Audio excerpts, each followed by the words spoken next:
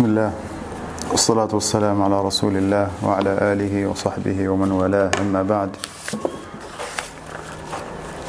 نعم, tukiwa tunaendelea na kitabu at-tauhid, tuliangalia darasa ya jana babu min ash-shirki lubsu al-halqati wal-khayti wa nahwihima li raf'i al-bala'i au daf'ihi. Tumeona jana katika mlango ambao unapelekea mtu kutoka shirkun asghar ila shirkun akbar, na inabadilika hukumu kwa kubadilika i'tiqadi ya mtu juu ya haya aliyotaja.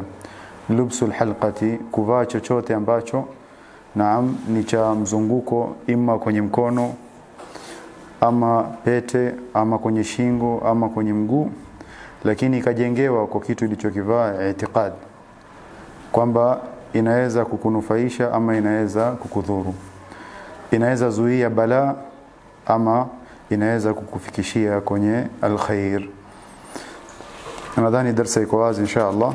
Siku ya leo tutaangalia babu ma jaa fi ar-ruqa wat-tamaim, mlango uliokuja katika ar-ruqya wa at-tamaim. Katika mlango wa ar-ruqya, mtu kusomewa al-Qur'an ambayo inaitwa ar-ruqya ama mzunguo, kusomewa Qur'an na kufanyiwa kisomo kwa ajili ya matibabu, kwa ajili ya kupata ashifa ama kuzuia madhara. Naam, wat-tamaim atakuja kueleza tamaim nini, lakini ni mifano ya hirizi na vitu wanazovaa watu at-tamaim. طيب, ma jaa fi ar-ruqa, iliyokuja katika mlango wa ar-ruqya anasema, sio? طيب, bado anazungumzia katika mlango wa shirki ndogo. Kwa nini ametaja kwamba ar-ruqya ni katika shirk?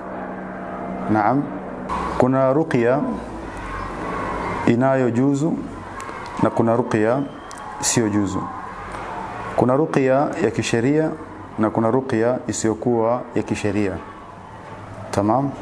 Hapa inayokusudiwa minashirki ni ile ruqya ambayo haipatikani ndani yake masharti ya kuwa ni ruqya mu'tabara, kuwa ni ruqya mu'tabara.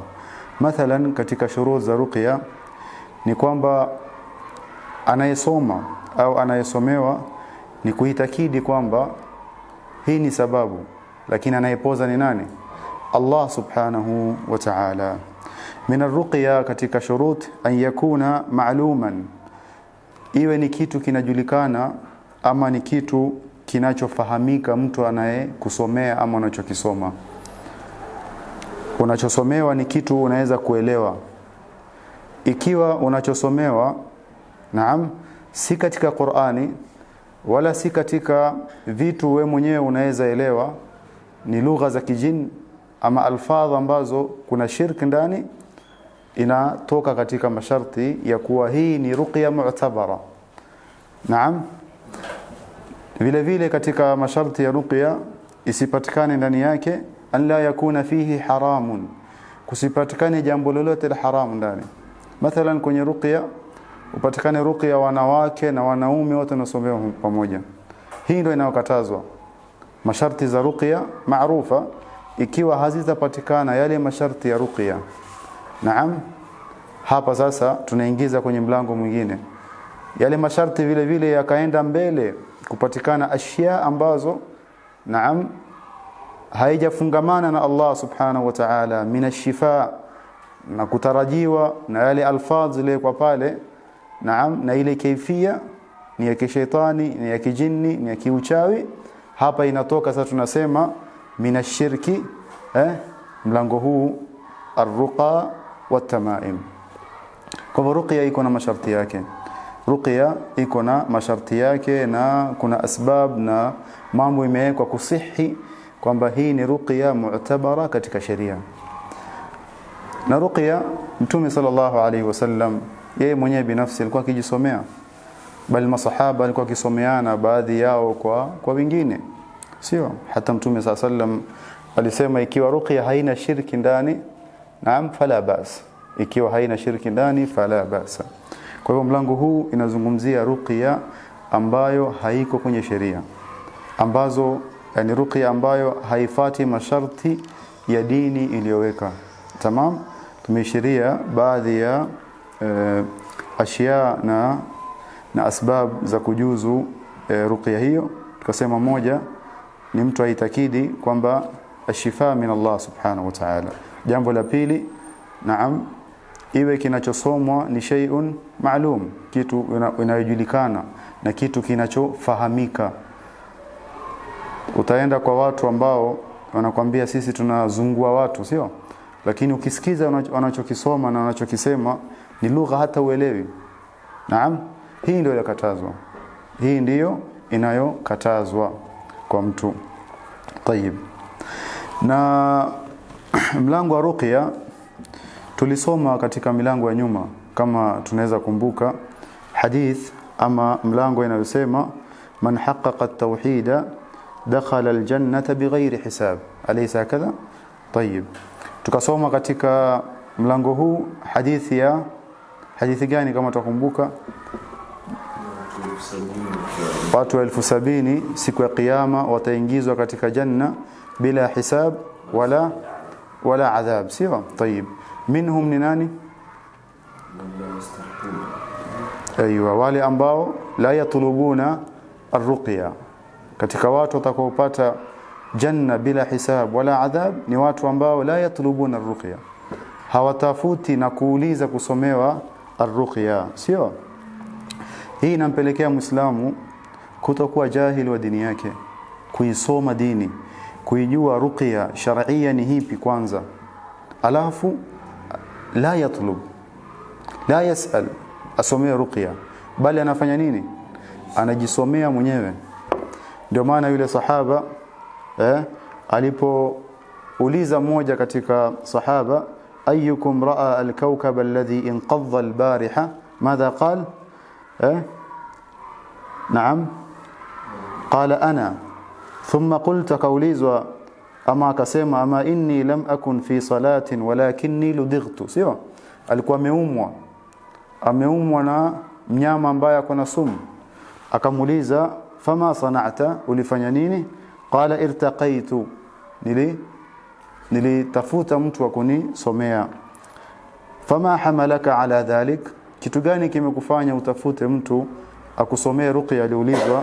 Faqala hadithun hadathnahu ash-sha'bi, nimefanya hivyo kwa dalili dalili ya Mtume sallallahu alaihi wasallam anayohimiza watu katika sababu ya kusomea ruqya ikiwa utaumwa ama utapatikana na ain. Akampatia faida ziada, akamwambia nisikufundishe hadithi ya Mtume sallallahu alaihi wasallam ambayo siku ya kiyama watu 70,000 wataingia katika janna yake bila hisab wala adhab. Ni wale ambao mmoja wapo katika wale watu hawatafuti kusomewa ruqya. Kwa hivyo huu ndio mlango wa ruqya. Masharti ya ruqya ujue, wal afdal ni kwamba wewe mwenyewe unajisomea ili utoke katika zile asbab zote ambazo aidha ikupelekee katika shirkun asghar au shirkun akbar. Katika sababu ya kujisomea mwenyewe ar-ruqya ni faida aliyotaja ndugu yetu na shekhe wetu Adam hafidhahullah, ni kwamba naam, utafungamanisha shifa yako na ule mtu aliyekusomea. Lakini ukijisomea mwenyewe, naam, itarudi kutegemea kwa nani? Kwa Allah subhanahu wa ta'ala. Tayib. Babu ma jaa fi ar-ruqa wa tamaim. Kwa hivyo tumeelewa ruqya inayokusudiwa hapa ni gani? Tamam? Tayib. Hadithi ya kwanza ni hadith ya Abi Bashir al-Ansari radiyallahu an, akieleza kwamba moja katika masiku annahu kana ma'a rasulillah, moja katika masiku akiwa na Mtume sallallahu alayhi wasallam fi baadhi asfari, katika mojawapo za safari aliyosafiri na Mtume sallallahu alayhi wasallam. Ama moja katika masiku walikuwa safari na walikuwa sehemu fulani, aidha walikuwa kwenye msafara ama walikuwa wamesafiri, wako kwenye ile sehemu waliokusudia kusafiri. Tamam. Asema fa arsala rasulan, akamtuma mtume sallallahu alayhi wasallam mjumbe, akamtuma mtu. Arsala an-nabi sallallahu alayhi wasallam shakhsan yuballighu an-nasa amra, alimtuma mtume sallallahu alayhi wasallam mtu afikishe jambo gani? Naam. Tena jambo hili katika baadhi ahli ilmu wanasema arsala rasulan, alimtuma mtu. Huyo mtu kazi yake kana yunadi, alikuwa anaita kwa sauti, subhanallah, ili afikishe message ya mtume sallallahu alayhi wasallam. Mtume anamtuma mtu anadi kwa sauti ili watu, yani waliokusudia, waweze kusikia message ya mtume sallallahu alayhi wasallam. Angalia ni message gani anatuma mtume sallallahu alayhi wasallam. Ameweka mtu specific, mtu special, yunadi, ananadi kwa sauti, akiinua sauti yake kwa hali ya juu. Ni message gani? Anasema alla yabqayanna fi raqabati ba'irin qiladatun min watrin wala qiladatun illa qutti'at. Sah? Tayyib. Ananadi huyu ambaye ametumwa, alla yabqayanna, aseme na anadi kwa sauti, alla yabqayanna ay yajibu alla yabqa abadan wala yusmahu bibaqaiha, isibaki na isipatikane abadan. Kitu gani isipatikane? Fi raqabati ba'irin, katika shingo ya ngamia yoyote isibaki katika shingo yake, min qiladatan min watrin, kutokamana na ile kitu anavalishwa ngamia kwenye shingo yao ambao ni ngumu. Naam, kuna kitu anavalishwa katika itikadi ya watu katika jahiliya, walikuwa wanaitakidi kwamba ukimvalisha ngamia wako, naam, kitu fulani kizito kwenye shingo, lakini si kwa ajili ya mapambo, si kwa ajili ya kujua huyu ni ngamia, itwaje huyu ni ngamia wangu. Naam, haijafungamanishwa na sababu za kawaida kujua ni wako ama mapambo, la, kuna itikadi ndani yake. Itikadi gani? Kwamba inazuia al-ain, inazuia ain, kupata macho mabaya, na ni wako ngamia wako. Kufungwa kitu kwenye shingo, naam, kwa itikadi ambayo imejengewa ndani yake kwamba inazuia na inakinga yule ngamia wako asifanye nini? Asipate al-ain. Hii ndio message mtume sallallahu alaihi wasallam anamtuma mtu specific azunguke sehemu moja kwenda sehemu nyingine, kwamba isipatikane sifa hii katika ngamia wa mtu yoyote, katika ngamia wa mtu yoyote. Qiladatan, kamba iliyo mzito, naam, ambayo anafungwa ngamia katika shingo yake. Qiladatan min watrin, au qiladatan, au kamba mzito anayofungwa, illa qutti'at, illa ikatwe, iwe kamba anayofungwa ni kala yoyote, ni black, ni red, ni green, yoyote itakayokuwa, lakini shart iwe imejengewa ndani yake, nukta muhimu, iwe imejengewa kwa sababu ya kumvalisha nini? Kwamba inazuia asifikiwe na nini? Al-ain. Nukta muhimu. Basi ukielewa nukta hii, weka kwenye qilada min watr chochote unachokitaka, ima umvalishe chain, ima umvalishe kamba, ima umvalishe uzi, qilada chochote ambacho kinawekwa kwenye alla yabqayanna fi raqabati ba'irin, kwenye shingo, naam, hata kwenye mguu mvalishe, kokote katika mwili, iwe ni kitu cha mviringo, kitu cha round, alafu ijengewe ndani yake i'tiqad kwamba inazuia kutokamana na ain. Naam, Mtume sallallahu alaihi wasallam anakataza jambo hili, anakataza jambo hili kwa sababu kuna jengewa ndani yake, naam, mtu kuifungamanisha madhara kumfikia ama kumfikia mnyama wake kupitia kitu ambacho kiko ndani ya mwili wake. Tamam. Mtume sallallahu alaihi wasallam anatuma rasul ili afikishe message kama hii, na message hii, naam, ni kwamba ikipatikana sifa hii kwa yoyote katika mnyama wake anayemfanyia, mtunzi wa kitabu Sheikh Muhammad ibn Abdul Wahhab rahimahullah ameweka katika mlango wa shirkun asghar. Shirkun asghar, mnyama wako ama wanyama wako unaowachunga, aidha ni mbuzi, ni ng'ombe, ni ngamia, wote, naam, hifadhi yao iko kwa nani? Allah subhanahu wa ta'ala. Ikiwa kuna madhara Mwenyezi Mungu ameandika kwa hikma zake, naam, hakuna kitu kinachoweza kuzuia, imma ni kamba, ni uzi, naam, yote haya haiwezi kuzuia ikiwa Allah subhanahu wa ta'ala ameandika. Ndio maana katika mlango wa nyuma utaona hadith ama aya aliyoweka, madha qal qul ara'aytum ma tad'una min dunillah, akhbiruni, hizi sababu mlizojiwekea wenyewe. Mwenyezi Mungu akitaka madhara inifikie itaweza kunifikia, naam. Akitaka rahma inifikie inaweza kunifikia, naam. Akitaka madhara isinifikie yuko anayeweza kuzuia? La. Akitaka rahma isinifikie yuko anayeweza kunifikishia katika rahma? Mafi.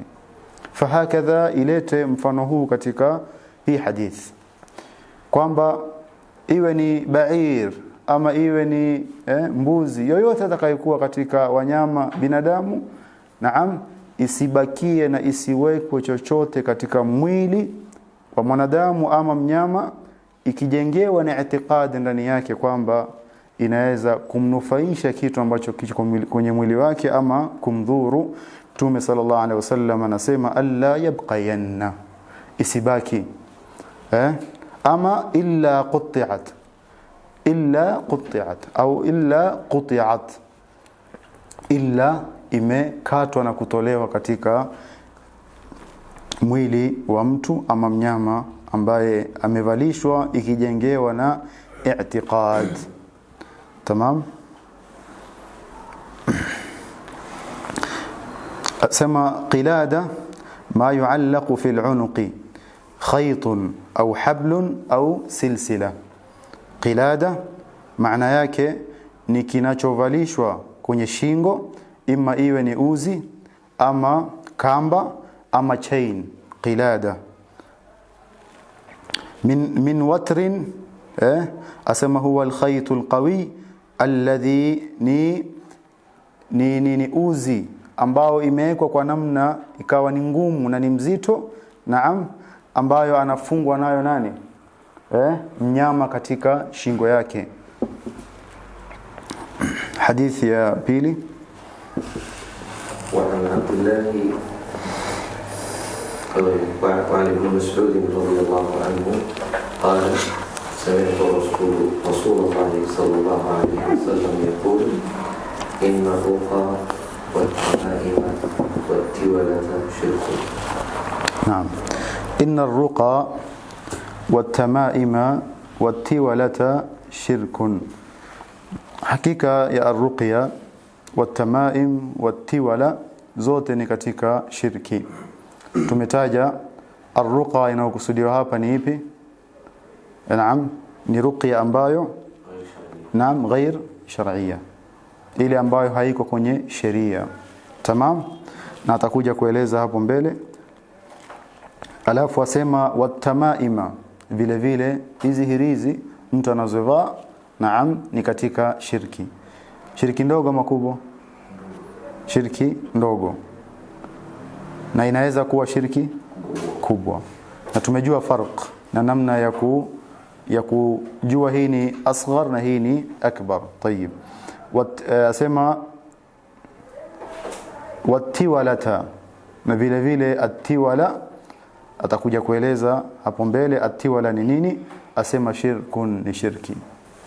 Muislamu akisikia hadithi kama hizi, naam, inafaa ingie hofu kwenye moyo wake, ingie hofu.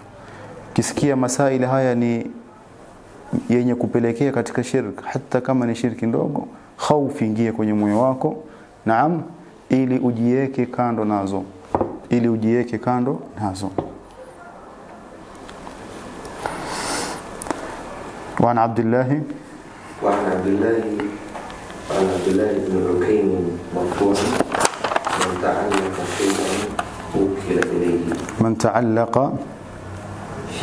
من تعلق شيئا أكل إليه.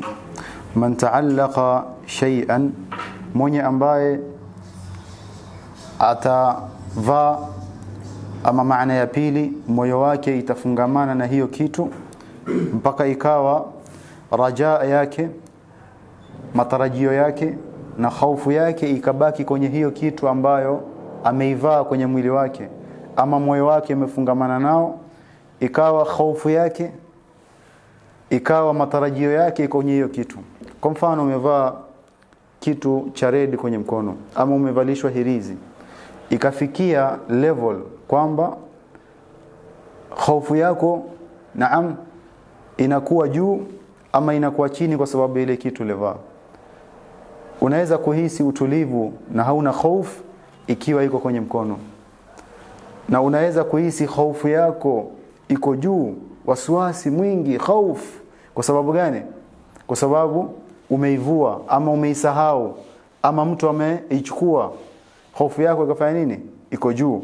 Madha qal man ta'allaqa shay'an, mtu mwenye sifa hii, ukila ilayhi ay taraka Allah subhanahu wa ta'ala amrahu lah. Taraka Allah subhanahu wa ta'ala amrahu lah, Mwenyezi Mungu anakuacha mambo yako kwako wewe mwenyewe, anakuachia wewe mwenyewe mambo yako. Unabaki na hiyo hofu, unabaki na hiyo waswasi, Mwenyezi Mungu anakuacha hivyo. Allahu musta'an.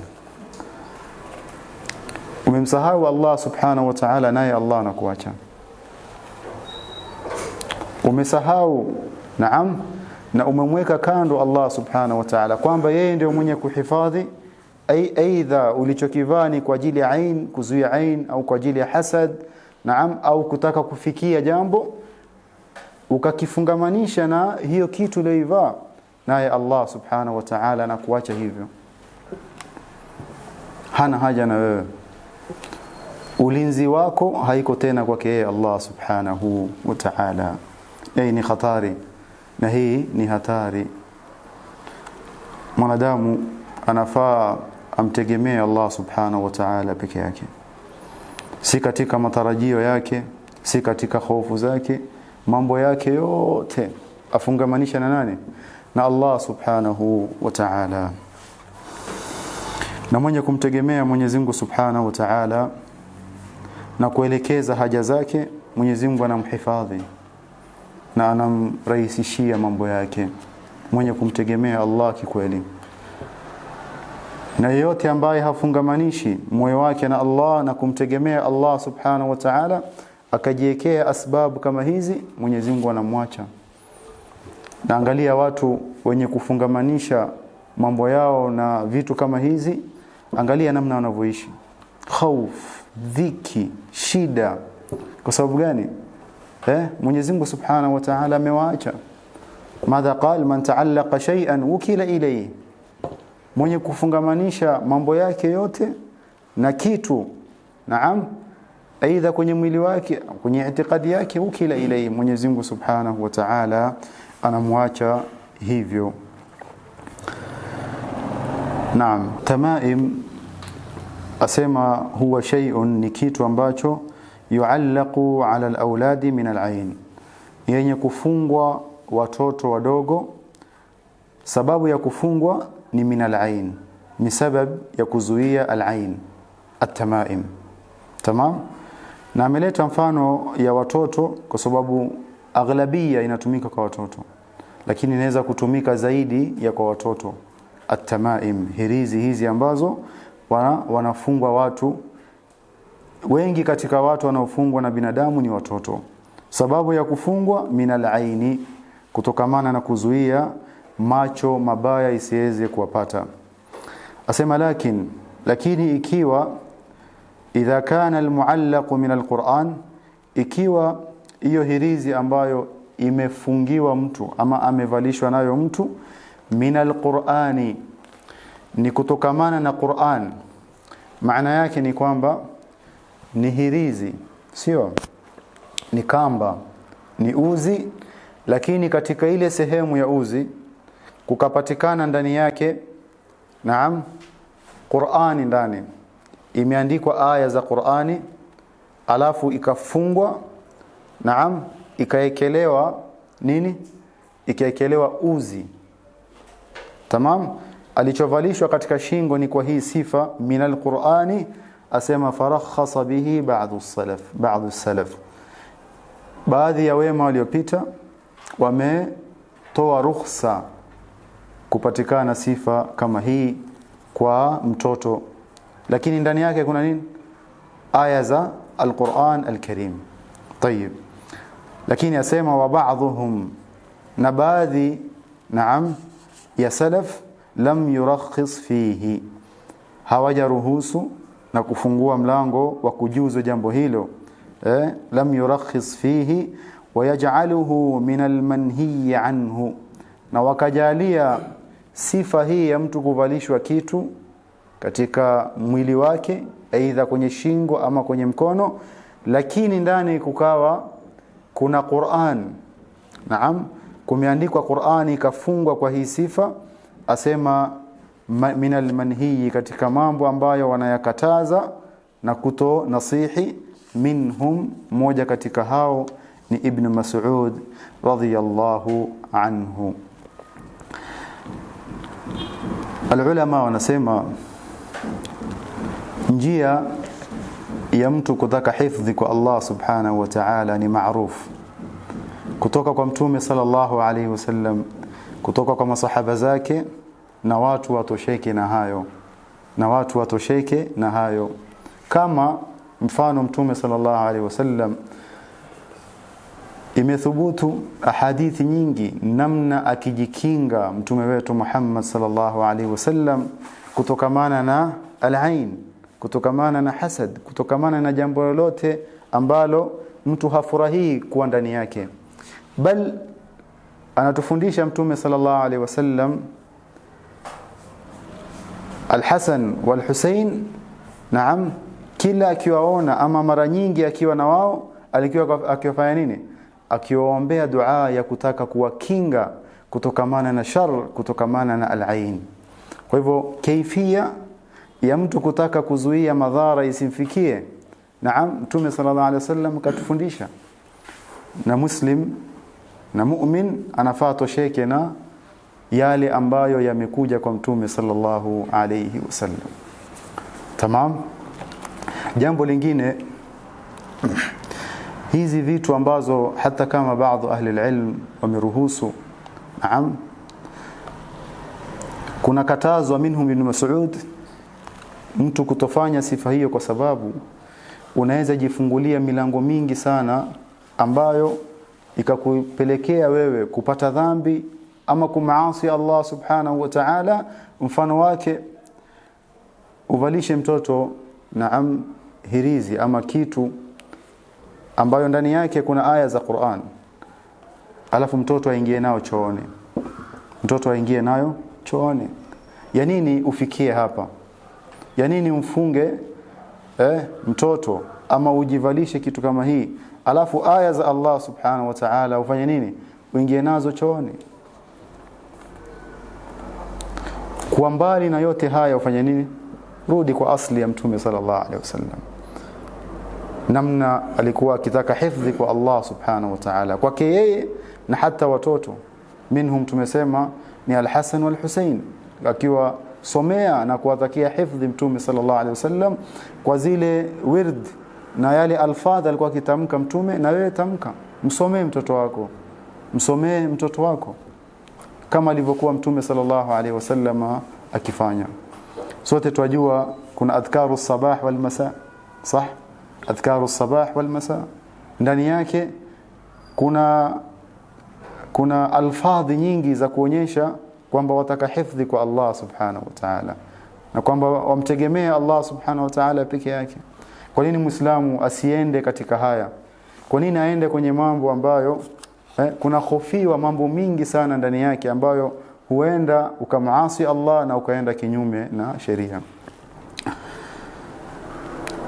Mlango huu tunaposoma sisi kama wanafunzi, naam, tunaangalia njia na uslub ambao uko karibu zaidi na njia ya mtume sallallahu alaihi wasallam.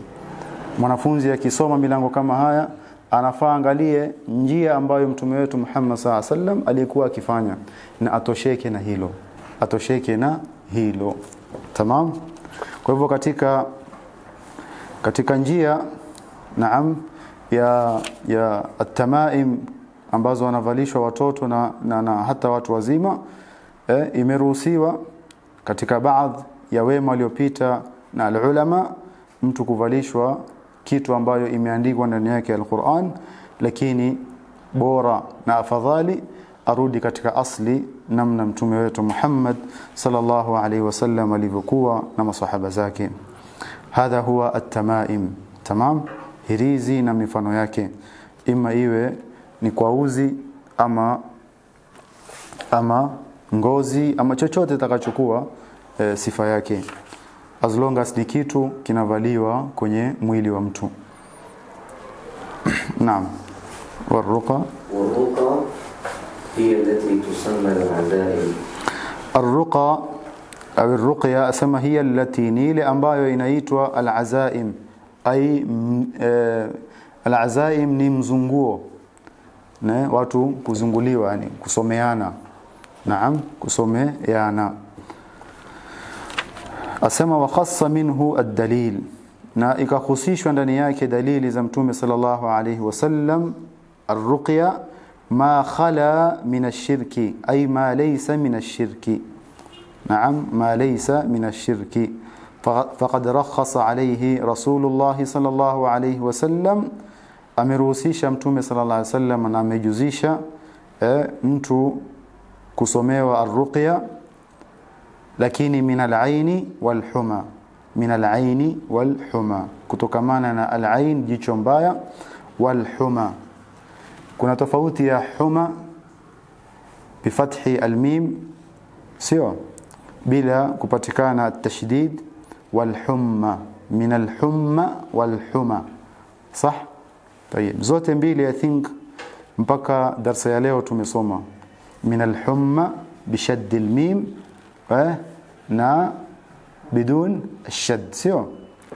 طيب ايش الفرق بين الحمى والحمى؟ هذا تسaidia. La ya shadda ni ipi? Acha nikupatie hint. Yenye shadda ni ipi? Ni homa gani? Ama ni ipi? Ni shadda ni ile homa ile. Shadda, fever. طيب. Na nyingine? Mashaallah umepata. Jazakallahu khairan. Ameruhusisha ama ameruhusu mtume sallallahu alaihi wasallam, faqad rakhasa fihi Rasulullah sallallahu alaihi wasallam min al-ain wal-huma, kutokamana na ain na huma, mtu kuumwa na mdudu ambaye ako na madhara ama ako na sum, ako na madhara ama ako na sum. Watiwala, hii tiwala asema ni kitu ambacho wanafanya zaidi, wanaofanya ni wanawake. Naam, kitu hichi wanachokifanya asema yazumuna, wanadai na kuitakidi annahu yuhabbibu almar'a, kwamba inakuwa sababu kwa mwanamke, naam, ama inakuwa sababu kupendwa na mwanamke, ila zawjiha, kwa mume wake. Ni kitu wanawake wanafanya, ima ya kumvalisha mwanamume, ama steps fulani wanaambiwa wafanye, fanya hii na hii na hii, naam, jambo hili linafanya nini? Inamfanya bwanako akupende. Yuhabbibu almar'a ila zawjiha warrajulu ila imra'atihi, na mwanamume inamfanya afanye nini? Naam, ila imra'atihi, na mwanamume apendwe, sio? Yuhabbibu almar'a ila zawjiha, inamfanya mwanamume inamfanya mwanamume ampende mke wake, sio? Yani mwanamke apendwe na mume wake. Alafu kinyume chake nini? Mwana Tayeb, ngoja tuangalie. Yuhabbibu almar'a, inamfanya mwanamke apendwe na mume wake, sio? Mwanamke apendwe, sio? Na mfano mwingine, warajulu ila imraati, na mwanamke anampenda mume wake, sio? Tayeb, tumesema aghlabia, kwa wingi ni wanawake wanafanya mambo haya. Wanasema kwa malengo ya kushika mwanaume, kwa malengo ya kushika mwanaume, malengo ya kufanya mwanamume ampende mke wake, sio? Lakini si kwa njia sheria iliyoweka, si kwa njia ya sawa. Njia ya sawa ya mwanamke kupendwa na mume wake ni nini? Njia ya sawa ni ipi? Naam, njia ya sawa ni ipi? Amjaoa mwezi, majua? Qasim unajua sahihi? Qasim anajua. Tupatie. Naam. Tunachukua dalili ya ila nadhara ilayhi sallallahu. La. Katika sababu ya kumfanya yani mwanamume ama mwanamke apendwe na mume wake hiya bin nadhar, kwa kumwangalia inakuwa sababu ya kumpenda zaidi bin nadhar. Naam Sheikh, ما تدري. طيب naam Sheikh, tupatie sababu moja mwanamke akifanya anapendwa na mume wake, lakini sababu za kisheria ambazo hakuna shirkun asghar wala akbar, hakuna kwenda kwa mwalimu wala atiwala. Tabia mzuri, Allahumma barik, mashaallah, umepata tabia mzuri. Mwanamume ama mwanamke kuwa na tabia mzuri ni katika sababu ya nini? Ya mume wake kumpenda. Labda tuwaambie dada zetu, naam, ukitaka bwanako akupende usifanye atiwala.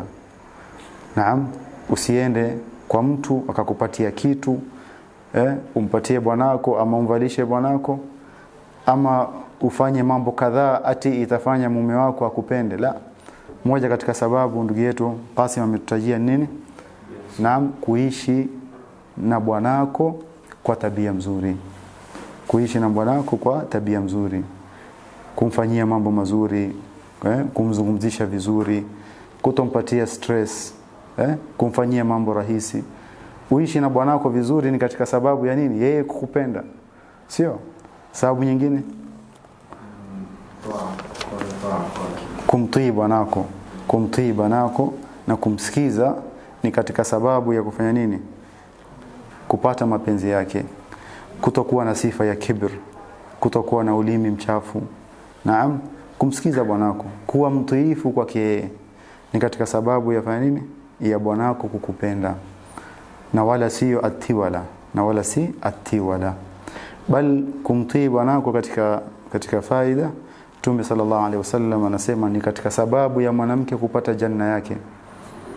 Madha qala an-nabiy sallallahu alaihi wasallam, idha sallat al-mar'atu khamsaha wa samat shahraha wa hafizat farjaha wa ata'at zawjaha, na akamtii bwanake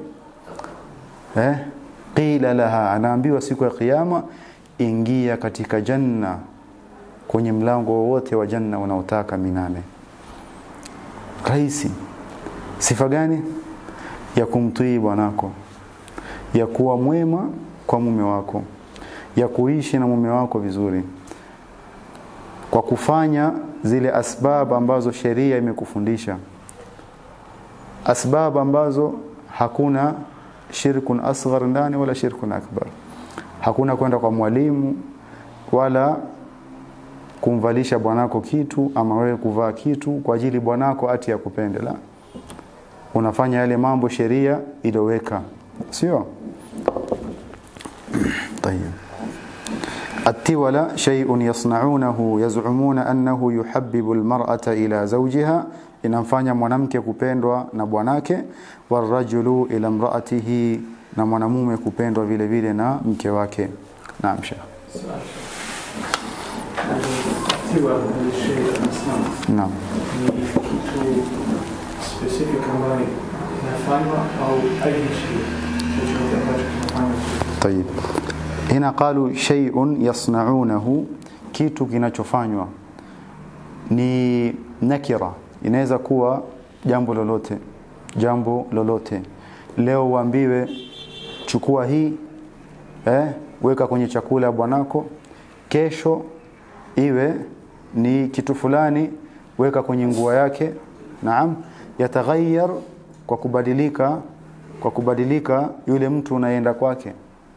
Kwa hivyo hiya naam ni ayi shay itakayokuwa, ima kitu ya kuvalishwa ama kitu physically ama ni kitu naweka kwa chakula, ayi shay inayokuwa inaitwa tiwala, as long as kinachofanywa ni kwa ajili ya kumfanya mume au mke kumpenda the opposite, bwanake ama mume wake. Fatiwala ni ayi shay ambayo inafanywa. Naam, shay'un yasna'unahu, hakusema ash-shay, hakufanya maarifa, amefanya nakira, yakunu ayi shay inaweza kufanywa. Tamam. Naam, hadithi ya Mtume sallallahu alaihi wasallam anayomwambia sahaba Ruwayfi', anamwambia ya Ruwayfi', ewe Ruwayfi', la'alla al-hayata tatulu bik, huenda ukapata maisha marefu ya Ruwayfi'. Alafu anamwachia Mtume sallallahu alaihi wasallam message ili ikiwa Mwenyezi Mungu atamrefushia maisha yake, naam, awe ni mtu mwenye kufikisha message kama hii, message ambayo ndani yake naam kuna katika sababu ya mlango huu wetu, naam, ma jaa fi ruqa wat tamaim. Asema fa akhbiri nnasa, waambie watu, anna man aqada lihyatahu, yoyote ambaye atakaye fungamanisha ndevu zake, naam, imma kwa pamoja ama imma kando kando, lakini as long as ameifunga naam ndevu zake, au taqallada watran, tumesema nini min qilada? Naam, kufunga kitu mzito, naam, katika nini? Katika ngamia peke yake, mnyama wote, naam. Lakini kufunga ngamia bila i'tiqad ama i'tiqad bi'tiqad annaha ايش ايوه انه يرفع البلاء او يدفع او ايش او ينفع, sio? طيب, au la yusibu bi'ain, asema au istanja birajiji dabatin, au akafanya istinja, akajisafisha sehemu yake kutokamana na choo, naam, akajisafisha kutaka kufanya istinja birajiji dabatin, kwa choo ya mnyama, wewe mwenyewe unataka kujisafisha kutokamana na choo, kujisafisha kwako ukatumia tena choo cha mnyama. Mtume sallallahu alaihi wasallam anakataza, au adhmin, ama mfupa, kujisafisha kutokamana na mfupa vile vile anakataza Mtume sallallahu alaihi wasallam. Asema fa inna Muhammadan bari'un minhu, waambie kwamba Muhammad sallallahu alaihi wasallam yuko mbali na sifa kama hii mbaya, ambayo baadhi ya katika hizo sifa kuna shirkun asghar. Nayo ni ipi? taqallada watran. Kwenye hadithi yote mahallu shahid ni wapi? Anachokusudia Sheikh Muhammad ibn Abdul Wahhab kwenye hii hadithi ni kwenye nini Qasim? Kwenye yapi haya? Kufunga ndevu?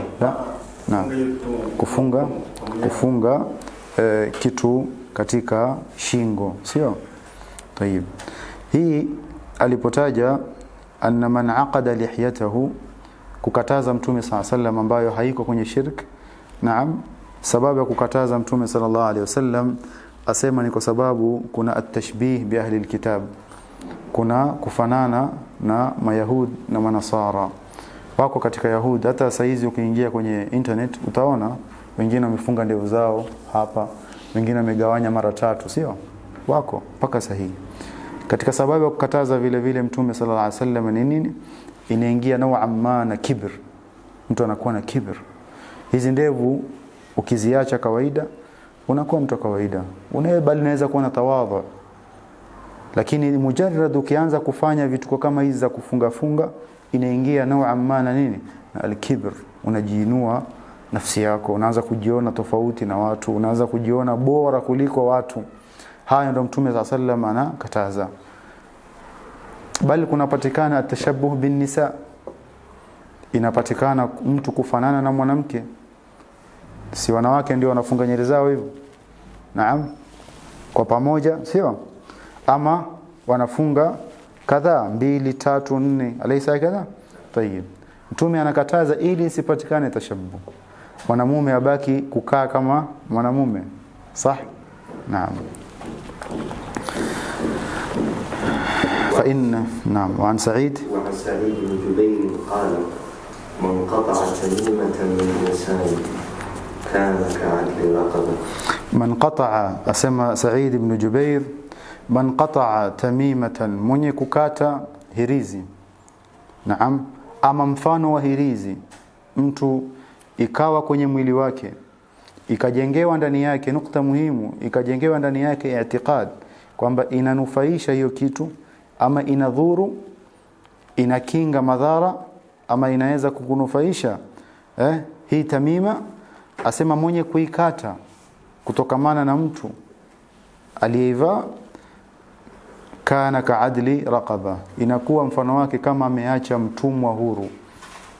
Mtumwa huru. Tamam? Naam. Walahu an Ibrahim, vile vile Said ibn Jubair, sio? Ama Waki' kutoka kwa Waki' anasema kwamba Ibrahim qala, alikuwa anasema kanu yakrahuna, walikuwa wanachukia at-tamaima, walikuwa wanachukia at-tamaim. Naam, kulliha, wanachukia hirizi kwa sampuli zote, wanachukia hirizi kwa sampuli zote.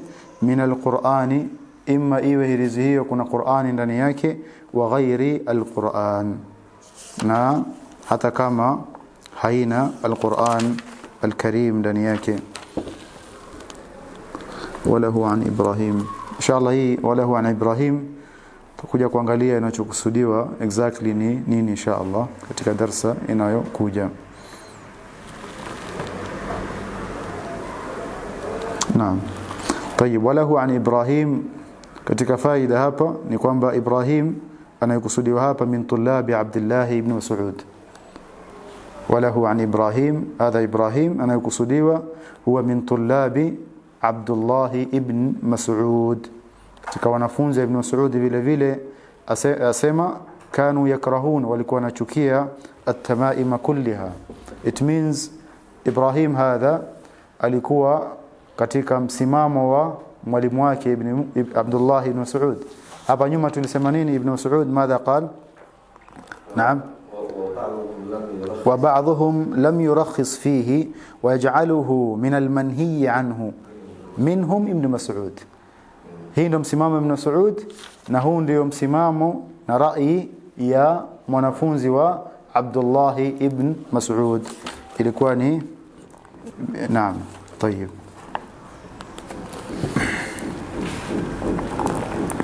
tasimamia hapa insha Allah, na Mungu Mwenyezi Mungu Subhanahu wa Ta'ala aturuzuku alfahm walilm annafi' walamal alsalih. سبحانك اللهم وبحمدك نشهد أن لا إله إلا أنت نستغفرك ونتوب إليك.